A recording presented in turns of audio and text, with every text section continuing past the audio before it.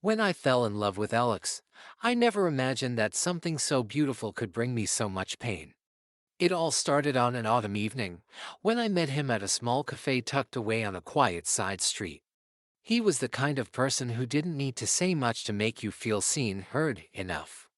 He won me over with the gentleness in his eyes and the patience with which he listened to my stories, even the most trivial ones.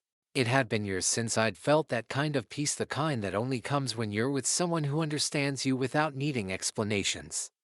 And for the first time in so long, I dared to believe that maybe, just maybe, I deserved a little happiness too. At first, my family seemed happy for me. My mother smiled every time I talked about our dates or the plans Alex and I were making.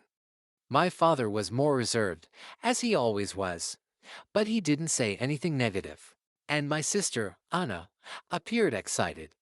Or at least, that's what I thought. She said she was happy for me, that I deserved someone good. But as my relationship with Alex grew more serious, I started to notice the shift. Little gestures, tiny remarks, glances I hadn't paid attention to before or maybe I'd chosen to ignore. Anna became more distant whenever I spoke about him. My mother started changing the subject if I mentioned a trip we were planning or anything happy that had happened. My father always seemed to have something else to do. He would leave the room or bury his face in his newspaper.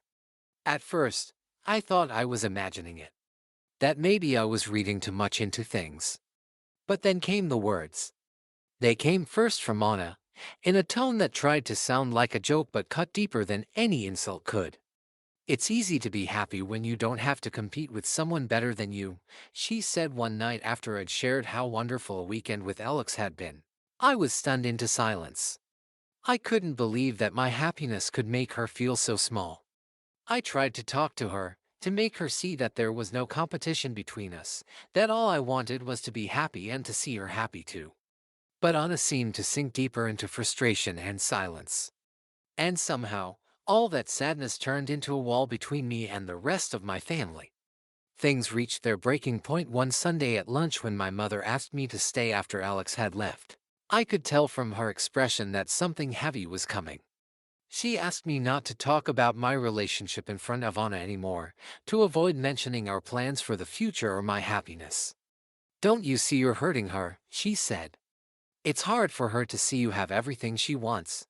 I tried to explain that I couldn't hide my life, that I couldn't live half-truths just to avoid upsetting someone I loved. But my mother didn't want to hear it. Anna is fragile right now. Couldn't you just be a little more discreet, she asked. And in her eyes I saw not just concern for my sister, but deep disappointment in me, as if my happiness was a betrayal. My father said nothing, but his silence spoke louder than words. And Anna stopped speaking to me at all. I had become a stranger in my own family, an intruder who had to be kept at arm's length for the sake of balance. At first, I tried. I avoided mentioning Alex. I watched my words, choosing painful silences over sharing the moments that filled my heart with joy. But it wasn't enough. Whatever I did was too much. My presence was too much.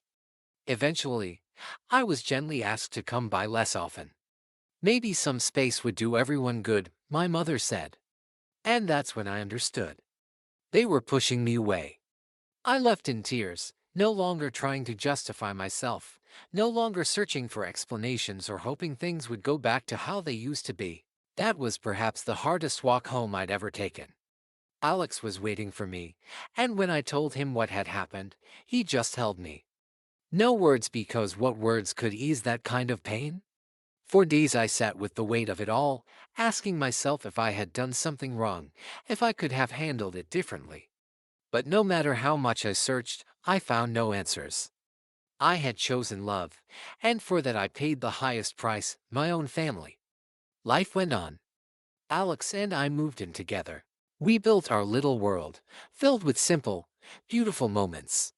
Morning coffee on the balcony, long walks in the park, summer nights with wine and music. I tried not to let the sorrow overshadow what we had. But every day, there was a part of me that longed for a sign of reconciliation. For a while, I sent messages, I called. The responses came rarely, short and cold. We're fine. Take care of yourself. And is not ready to see you. And then, eventually, even those stopped coming. Months passed, maybe years. Sometimes I still dream that I walk into my childhood home and everything is as it was. My mother smiles at me from the kitchen. My father pats my shoulder in passing. Anna tells me about something new in her life. And then I wake up, and the house is quiet, and Alex is still asleep beside me, and I remember that the life I have now is my reality, and the past is just a story that never found its ending. I don't know if there will ever be a way back. I don't know if I'll ever again hear a heartfelt come home, but I know that, despite the pain, I don't regret choosing love. Maybe my happiness was hard for those who couldn't feel it themselves, but that doesn't make it wrong. And maybe, one day, somewhere in a corner of the heart, there will be space for forgiveness and for finding each other again. Until then, I keep going, one small step at a time, with a heart sometimes heavy, but with the certainty that I deserve to be who I am with all my joys and all my sorrows. There were days when I told myself I had made peace with it, that the distance from my family was something I had learned to live with. And maybe, on some level, I had. But there were also moments when the emptiness would rise without warning, in the quiet after a long day, when Alex fell asleep before me and the apartment felt too silent. Or during holidays when I saw other people post pictures with their parents, their siblings, laughing around crowded tables. I'd scroll past those images quickly, as if that could stop the ache from growing. But it never really worked. The ache was always there, somewhere beneath the surface. Alex never pressured me to talk about it. That was one of the things I loved about him. He knew when to just be there without asking for explanations I didn't have the strength to give. But sometimes, late at night, I would tell him bits and pieces. I described how Anna used to be, before everything changed. How we'd stay up late as teenagers, whispering secrets, dreaming of futures that felt so far away. How, when I got my first heartbreak, she was the one who made me tea and sat with me while I cried. It felt so far removed from the woman who now wouldn't return a text, who seemed to see me only as a reminder of everything she thought she'd lost. I tried, more than once, to find ways to bridge the gap. I sent on a letter once handwritten, because I thought maybe it would feel more personal, more real. I poured my heart into that letter, telling her how much I missed her, how much I wished things could be different. I didn't talk about Alex, or about my life now. I focused only on us, on what we had before. I never heard back. I don't know if she read it. Maybe she did, maybe she didn't. Maybe it hurt too much for her to answer, or maybe she had long since decided that I no longer had a place in her life. With time, I started to accept that not all wounds can be healed. Or if they can, it's not always on the timeline we hope for. And life, as it does, kept moving forward. Alex and I built more memories, trips to places I'd always wanted to see, quiet Sundays cooking together, evenings spent planning the little details of our future. We talked sometimes about getting married, but always gently, carefully. I think he sensed, as I did, that the idea of a wedding felt bittersweet to me now because I couldn't imagine standing at an altar without my family there. I couldn't picture a celebration that didn't include my mother's careful fussing over flowers or Anna's teasing about whatever dress I'd choose. And yet, despite the sorrow that clung to certain thoughts, I also knew that my life was good. That I was lucky, in so many ways. I had someone who loved me deeply, who saw me, who stayed. And I had learned, through pain, how strong I really was. There's a kind of strength that comes from rebuilding yourself after losing what you thought would always be there. From waking up every day and choosing to keep going, to keep loving, even when part of your heart feels like it's missing. One spring evening, out of nowhere, I got a message from Anna. Just a few words, "I hope you're okay." That was it. No explanations, no apologies, no reopening of doors I'd long believed closed for good. But it was something. And when I saw it, my hands trembled, and my chest ached in that familiar way that grief does, but mixed, this time, with a spark of hope. I didn't know what it meant, or if it meant anything at all. But I wrote back, "I think of you often. I'm here, whenever you're ready." I didn't hear from her again after that, at least not right away. But those few words she'd sent lived in me, a reminder that maybe, just maybe, nothing is ever truly final. That even the deepest rifts might one day begin to mend, not because we force them to, but because time has softened what once felt sharp and unbearable. Now, when I think of my family, I try not to dwell on the loss. I think instead of the good that was, of the love that shaped me, of the parts of them I carry with me still. I don't know what the future holds. I don't know if there will ever be reunions, or tearful apologies, or shared holidays again. But I do know this: I will keep my heart open. I will keep choosing love. Because in the end, that is what saved me. And that is what will guide me, wherever the path leads next. The message from Anna stayed with me like a small light in a dark room. I didn't know what, if anything, would come of it. Days turned into weeks, weeks into months. Sometimes I'd look at my phone in quiet moments, half expecting another message, half dreading it. But nothing came. And so I went on with my life, holding that fragile thread of hope gently, careful not to pull too hard on it. Alex and I grew stronger together, and though the ache of my family's absence never fully left me, it softened over time. We decided to get married quietly. No big wedding, no grand announcements. Just the two of us, standing together on a hill at the edge of the city, with the wind in our hair and vows spoken so softly that only we could hear them. It was simple, it was honest, and it was ours. I wore a dress that made me feel like myself, not a princess or a bride out of a storybook, just me, standing beside the man who had chosen me, and whom I had chosen in return. We told no one at first. It felt too sacred, too personal, to share. But eventually, I sent a photo to my mother, just one. No caption, no explanation. I didn't expect a reply. But to my surprise, I got one. It was short: "You look beautiful. I hope you're happy." And for the first time in a long time, I cried, not out of grief, but out of something gentler. A kind of release. A small crack in the wall that had stood between us for so long. Life settled into a rhythm after that. Work, home, the small rituals that make up a shared life: morning coffee, evening walks, lazy Sundays. And then, one autumn afternoon, as the leaves turned gold and the air smelled of wood smoke, I found out I was pregnant. I hadn't known how I would feel if that day came. I'd been afraid of it, in a way, not because I didn't want it, but because I wasn't sure how to carry both the joy of a new life and the sorrow of what was missing. But when I saw Alex's face, the wonder in his eyes, the way he touched my hand as if I might break, all that fear fell away. I knew we would be okay. More than okay. I didn't tell my family right away. I wasn't sure I could bear it if they didn't care, or worse, if they saw it as another reason to keep their distance. But as my belly grew, as I felt those first tiny kicks, as the reality of this new chapter settled in my bones, I found myself wanting to reach out, to share this piece of myself that felt too big to hold alone. So one day, I wrote another letter. This one simpler than the first. "I'm going to have a baby. I wanted you to know. I miss you." And I sent it, with no expectations. Weeks passed. I thought perhaps it had gone and read, or read and discarded. But one morning, as sunlight spilled through the curtains, I heard the ping of a message. It was from Anna. Just two words: "Congratulations, sister." And that was enough to make my knees weak. I sat down on the edge of the bed and let the tears come. Tears for the years lost, for the words unsaid, for the fragile hope that maybe, just maybe, we could find our way back to one another.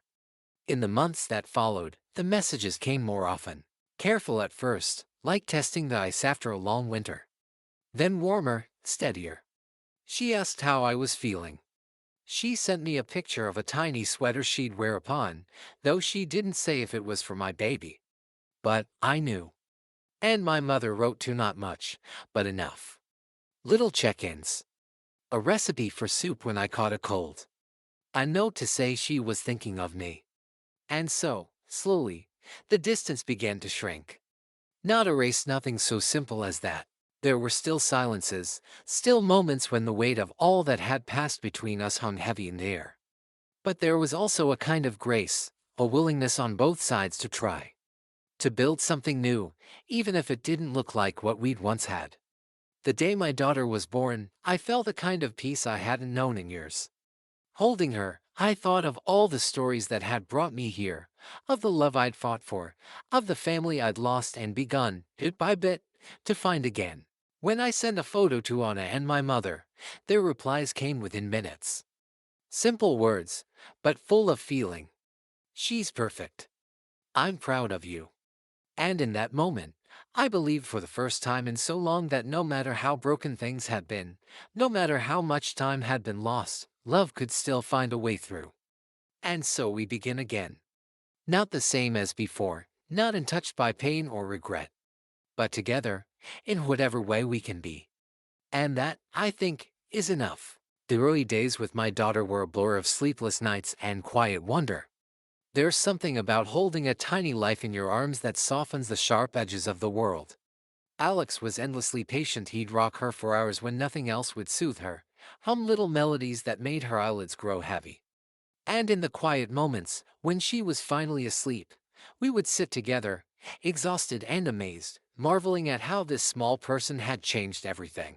And bit by bit, my family began to re-enter my life, not dramatically, not all at once, but in small, tentative steps. Anna started calling every few weeks.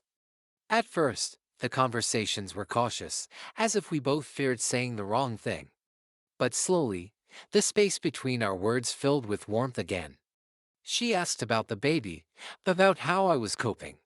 She told me about her own struggles, things I hadn't known because we'd been apart for so long.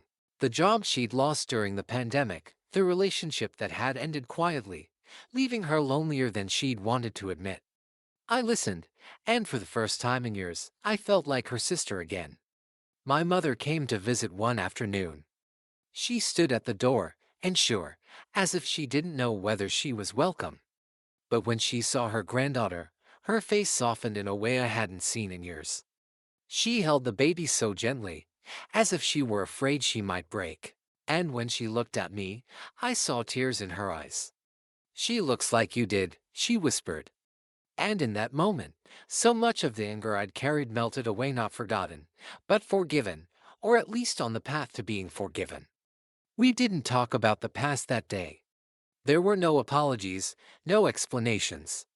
Just the shared wonder of a new life, a quiet agreement to be present, to start again in whatever way we could. And maybe that was better. Maybe words would have only complicated what our hearts already understood, that we all regretted the distance, that we all wished things had been different, that we were ready to move forward. The seasons turned, as they always do. My daughter grew, first smiles, first words, first steps. And with each milestone, my family drew a little closer. Anna visited, bringing small gifts, a soft toy, a book she'd loved as a child. My mother would send messages asking for photos, little updates. And my father, always the quiet one, finally came one spring afternoon. He didn't say much, just sat and watched his granddaughter play, a small smile tugging at the corners of his mouth. When he left, he squeezed my hand, and in that simple gesture, I felt years of silence begin to lift. There were still hard days. Sometimes the weight of all that had happened would settle on me unexpectedly, a comment, a memory, a moment when I wished things had been easier. But those moments grew fewer, and they didn't sting as deeply as they once had. I learned to treasure what I had now, rather than mourn what I'd lost. And in all of this, Alex remained my constant. He never tried to claim credit for the healing that was happening, never pushed me toward forgiveness or away from it. He simply stood by me, steady and kind, reminding me with every small act that I wasn't alone. Years passed. My daughter started school. Anna and I grew close again, not the same as before, because we were different now, shaped by what we'd been through. But close in a new, truer way, one that came from understanding the fragility of love, the importance of holding it carefully. When I look back now, I see not just the pain of those years apart, but the grace that followed. The way love found its way through the cracks, the way forgiveness bloomed in unexpected places. I see a family that was broken, yes, but also a family that chose, in the end, to mend. And maybe that's all any of us can hope for, not a perfect life, not a perfect family, but the strength to keep reaching for one another, even when it's hard. To keep choosing love, again and again, no matter how many times the world tries to pull us apart. That is the gift my daughter gave me. That is the lesson I will pass on to her, that love is worth fighting for, even when it hurts.